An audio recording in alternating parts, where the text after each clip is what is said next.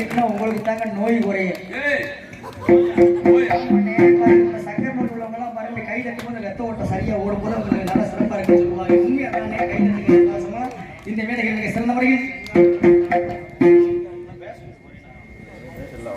செங்காலிபாளையத்தைச் சேர்ந்த பாசத்துக்குரிய ஐயா சரவணன் ஐயா அவர்கள் என் மீது அன்பு கொண்டு 50 செல்வங்கள் வாரி வழங்கியுள்ளார்.